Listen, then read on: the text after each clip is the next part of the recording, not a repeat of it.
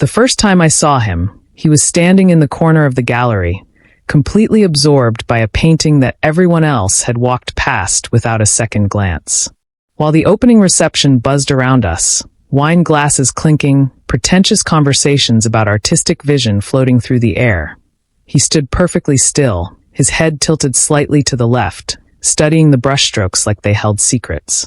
I should have been mingling, networking, doing all the things my agent insisted were crucial for my career. Instead, I found myself gravitating toward him, drawn by something I couldn't quite name. Maybe it was the way the gallery's soft lighting caught the copper threads in his dark hair, or how his intense concentration made him seem like he was in his own private world. "It's not getting the attention it deserves," I said, coming to stand beside him. He turned, and I felt my breath catch. His eyes were the deep green of pine forests, framed by thick lashes that most people would kill for. When he smiled, tentative but genuine, something in my chest shifted. "You think so?" His voice was warm, with just a hint of an accent I couldn't place. "I've been standing here for 20 minutes, and you're the first person to stop." "Their loss." I gestured toward the painting, an abstract piece full of swirling blues and grays that seemed to capture the feeling of being caught between seasons. The artist managed to make loneliness beautiful without romanticizing it. "That's not easy." His eyebrows raised slightly. "You sound like you know what you're talking about." Heat crept up my neck. "I should. It's mine." The surprise that flickered across his face was quickly replaced by something that looked almost like delight. "You're Alex Chun." The way he said my name, like he'd been thinking about it, made my pulse quicken. "Guilty." "And you are?" "David." He extended his hand, and when our palms touched, I felt a jolt of electricity that had nothing to do with static.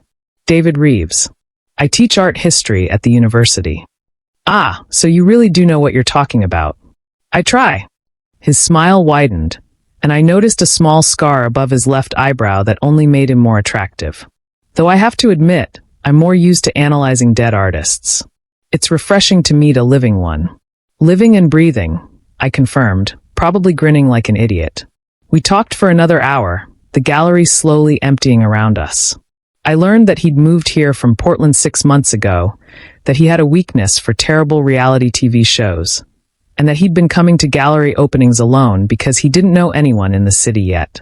When the lights started dimming, signaling the end of the evening, I felt a sharp pang of disappointment. "I should probably go," David said, glancing around at the nearly empty space. "Yeah, me too." I hesitated, suddenly feeling like a teenager working up the courage to ask someone to prom. "Would you maybe want to grab coffee sometime? I could show you some of the other galleries in town. If you're interested." The smile that spread across his face was answer enough. "I'd like that very much." We exchanged numbers, and I watched him leave, already counting the hours until I could reasonably text him without seeming desperate. 3 days later, we met at a small coffee shop tucked between a bookstore and a vintage clothing boutique. David arrived first, already claiming a corner table with 2 steaming mugs in front of him. "I got you a cappuccino," he said as I sat down. "I figured if I was wrong about your coffee preferences, it would tell me something important about my people reading skills." I took a sip. "Perfect, not too sweet, with just enough foam. Your skills are intact." "Good to know." He wrapped his hands around his own mug, and I noticed he had long, elegant fingers. Artist's hands, though he'd mentioned he didn't paint anymore. "So, how long have you been torturing canvases professionally?" "Torturing?" I laughed. "Is that your professional art historian opinion?" "That's my personal opinion. Professional opinion is that your work shows a sophisticated understanding of color theory and emotional resonance." I like the personal opinion better. I leaned back in my chair, studying his face. In daylight, streaming through the cafe windows, he was even more beautiful than I'd remembered. "What about you?" "Always wanted to be surrounded by art." Something flickered in his expression, too quick for me to identify. "Not always. I actually painted for years before I switched to history." "What happened?" He was quiet for a long moment, turning his coffee mug in slow circles.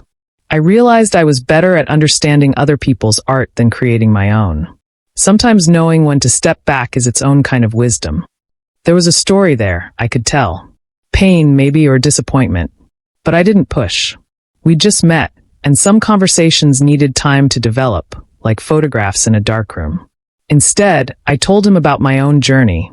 The years of waiting tables while painting in my cramped studio apartment, the rejection letters that papered my bathroom wall until I finally got my first gallery show. He listened with the kind of attention that made me feel like every word mattered, asking questions that showed he understood not just what I was saying, but what I wasn't saying too. When we finally left the cafe, 3 hours had passed without me noticing. "I should let you get back to your day," David said, but he made no move to leave. "Actually," I found myself saying, "my studio is just a few blocks from here. Want to see where the magic happens?" His eyes lit up. "I'd love to." My studio was a converted warehouse space I shared with 2 other artists. High ceilings, exposed brick walls, and north-facing windows that filled the room with perfect natural light. My corner was organized chaos. Canvases lined up against the walls, brushes soaking in jars of turpentine, tubes of paint scattered across a table that had seen better decades. "It's perfect," David said, and the reverence in his voice made my chest tight. He moved through the space like he belonged there, pausing in front of each painting with that same focused attention I'd noticed at the gallery. "This one," he said, stopping in front of a canvas I'd been struggling with for weeks. "What's it going to be?" I joined him, seeing it through his eyes. Abstract shapes and shades of gold and amber that hadn't quite resolved themselves into anything coherent yet. "I'm not sure. Sometimes they tell me, sometimes they don't. May I?" He gestured toward the canvas, and when I nodded, he reached out to trace the air just above the surface, following the lines without touching. "There's movement here, like wind through tall grass. Or maybe water." He was right. I could see it now. The way the brushstrokes suggested flow, the colors that echoed late afternoon sunlight on a river. "How did you see that when I couldn't?" "Fresh eyes." He turned to me, and suddenly we were standing very close enough that I could see the flecks of gold in his green eyes. Sometimes we're too close to our own work to see what it really is. The air between us felt charged, like the moment before lightning strikes. I could smell his cologne, something subtle and woodsy that made me want to lean closer. His gaze dropped to my mouth, and I felt my breathing change. Then he stepped back, running a hand through his hair. "I should go. I have papers to grade." Disappointment crashed through me, but I managed to keep my voice steady. "Of course. Thanks for coming by. Thank you for showing me." He paused at the door, looking back. "Alex, this was really nice. All of it." After he left, I stood in front of the unfinished painting, seeing it clearly for the first time. But more than that, I found myself thinking about the way he'd looked at me in that moment before he pulled away, like he wanted to stay but wasn't sure he should. I picked up my brush and started to paint. We fell into a routine over the next few weeks. Coffee dates that stretched into lunch, long walks through the city where David would point out architectural details I'd never noticed, evenings at my studio where he'd sit in the old armchair I'd rescued from a thrift store and grade papers while I painted. I found myself looking forward to his presence with an intensity that should have worried me.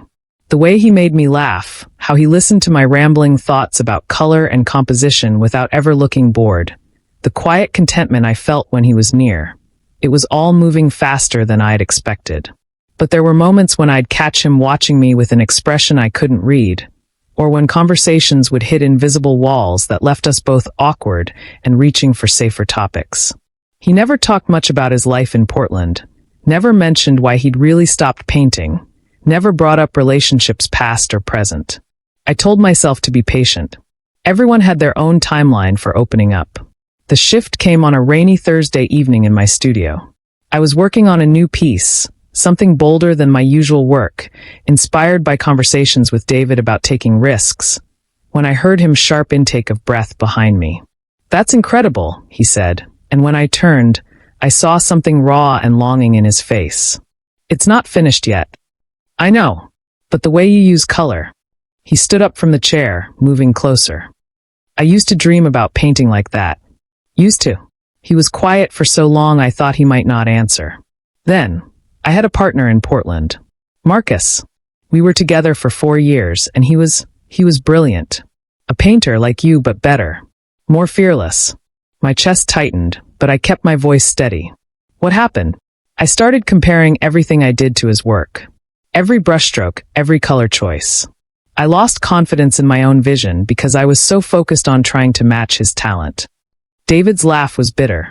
The irony is, he never made me feel inadequate. That was all me. And the relationship ended when I realized I was so afraid of not being good enough that I'd stopped trying altogether. In art, in life, in love. He looked at me then, and I saw years of hurt in his eyes. He deserved someone who wouldn't give up so easily. I set down my brush, paint-stained fingers reaching for his hand. David, I know what you're thinking, he said quickly. And you're right. I should have worked through it, should have fought harder. But by the time I figured that out, it was too late. He'd moved on. That's not what I was thinking. I squeezed his fingers. I was thinking that Marcus was an idiot for letting you go. The surprise on his face was almost comical. Alex, I'm serious. Do you know what I see when I look at you? I turned to face him fully, not caring that I probably had paint in my hair and on my clothes. I see someone who understands art so deeply that you can look at my unfinished work and see exactly what it wants to become. I see someone who gave up something he loved because he cared more about the other person's happiness than his own ego. That's not weakness, David. That's strength. His eyes were bright, and for a moment I thought he might cry. Instead, he stepped closer, close enough that I could feel the warmth radiating from his body. I've been wanting to kiss you for weeks, he said quietly. What's stopping you? This time, he didn't pull away. His hand came up to cup my face, thumb brushing across my cheek. And when his lips met mine, it was like every color I'd ever mixed suddenly made perfect sense. The kiss was soft at first, tentative, as if he was afraid I might disappear. But when I responded, pressing closer, his arms came around me, and suddenly we were holding each other like we were drowning and had finally found something solid to cling to. When we finally broke apart, both breathing hard, he rested his forehead against mine. I'm scared, he whispered. Of what? Of not being enough. Of comparing myself to everyone you've been with, everyone you might be with. Of ruining this before it really starts. I could feel my heart breaking and mending at the same time. David, look at me. When he did, I saw my own feelings reflected in his eyes, desire and fear and hope all tangled together. I don't want anyone else. I want you exactly as you are, with all your fears and doubts and that brilliant mind that sees things I miss. Even if I'm not brave enough to paint anymore? Especially then. Because maybe if you want, we can figure out how to be brave together. The smile that spread across his face was like sunrise. I'd like that. This time when he kissed me, there was no hesitation. His hands tangled in my hair, and I could taste the coffee we'd shared earlier, could feel the rapid beat of his heart against my chest. When he pulled back just far enough to look at me, his eyes were dark with want. Take me home, he said. David's apartment was nothing like I'd expected. Where I'd imagined neat shelves and carefully curated art books, I found controlled chaos. Stacks of papers covering every surface, coffee mugs abandoned on windowsills, and in one corner, almost hidden behind a bookshelf, an easel with a half-finished painting. You've been painting, I said, moving toward it without thinking. Alex, don't. But I was already there, looking at a landscape that took my breath away. It was rough, unfinished, but there was something raw and honest about it that made my chest ache. This is beautiful. He came to stand beside me, tension radiating from his body. It's terrible. The perspective is all wrong, and the colors are muddy. Stop. I turned to face him, hands on his shoulders. Just stop. Do you know what I see? A failure? I see someone finding his voice again. I gestured toward the painting. This isn't trying to be anything other than what it is. There's honesty here, vulnerability. That's worth more than technical perfection. His eyes searched my face like he was looking for signs that I was lying, trying to make him feel better. Whatever he found there seemed to satisfy him, because some of the tension left his shoulders. I started it last week, he admitted. After spending time in your studio, being around your work, it made me want to try again. I'm glad. And I was fiercely. Will you show me more? When you're ready. Maybe. He stepped closer, hands coming to rest on my waist. Right now, though, I have other things on my mind. The kiss that followed was different from the ones in my studio. Hungrier, more urgent. His hands slipped under my shirt, fingers tracing patterns on my skin that made me shiver. When he backed me toward the bedroom, I went willingly. Making love with David was like discovering a new color, something I didn't know existed until it was there, perfect and essential and mine. He touched me like I was something precious, kissed me like he was memorizing the taste of my skin. When I returned the favor, mapping the planes of his body with my mouth, the sounds he made were better than any praise I'd ever received for my art. Afterward, we lay tangled together in his sheets, my head on his chest, listening to his heartbeat slow. The room was dark except for the streetlight filtering through his blinds, casting everything in soft shadows. "Alex." His voice was quiet, uncertain. "I think I'm falling in love with you." I lifted my head to look at him, seeing the vulnerability in his eyes even in the dim light. No. I know I'm falling in love with you." He reached up to trace my cheek with gentle fingers. "It terrifies me. Good terrified or bad terrified?" "Both." He laughed, a sound with only a little nervousness in it. "Mostly good." I leaned down to kiss him, soft and slow. "For what it's worth, I'm already there." The smile that spread across his face was radiant. Really? I settled back against his chest, feeling more content than I had in years. "We'll figure out the scary parts as we go." His arms tightened around me. Together. 6 months later, David had his first art show in 5 years. It was a small exhibition at the university gallery. Just 12 paintings, all landscapes, all created in the months since we'd been together. I stood in the same spot where I'd first seen him, watching as colleagues and students examined his work with growing appreciation. Proud of him, Dr. Sarah Chun, the gallery director, had approached without me noticing. Incredibly, I couldn't keep the smile off my face as I watched David explaining his technique to a group of art students. "He's found his voice again. And you? I hear you're working on something new." I was. A series of paintings inspired by the idea of two people finding each other. Abstract pieces that somehow captured the feeling of falling in love, of trust rebuilt, of taking risks together. My agent was excited about them, said they showed a new depth in my work.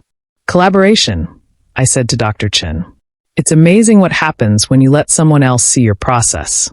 Across the gallery, David caught my eye and smiled, the expression so full of love and contentment that my chest ached with happiness. He'd been right to be scared. Love was terrifying. But it was also the most beautiful thing I'd ever helped create. When the evening wound down and the last visitor left, we found ourselves alone in the gallery, surrounded by David's paintings. The lights were dimmed, and everything felt soft and intimate. "So," I asked, wrapping my arms around him from behind. "How does it feel?" "Scary." "Good. Like maybe I remember who I used to be, but better." He leaned back against me, solid and warm. "Thank you." "For what?" "For seeing me. For helping me see myself." He turned in my arms, hands coming up to frame my face. "For loving me even when I couldn't love myself." "Always," I said, and kissed him there in the gallery, surrounded by proof of what was possible when two people were brave enough to try again. Outside, the city hummed with life, full of people finding each other, losing each other, starting over. But in that moment, in that space filled with art and possibility and love, we had everything we needed. Each other, and all the time in the world to paint the rest of our story together.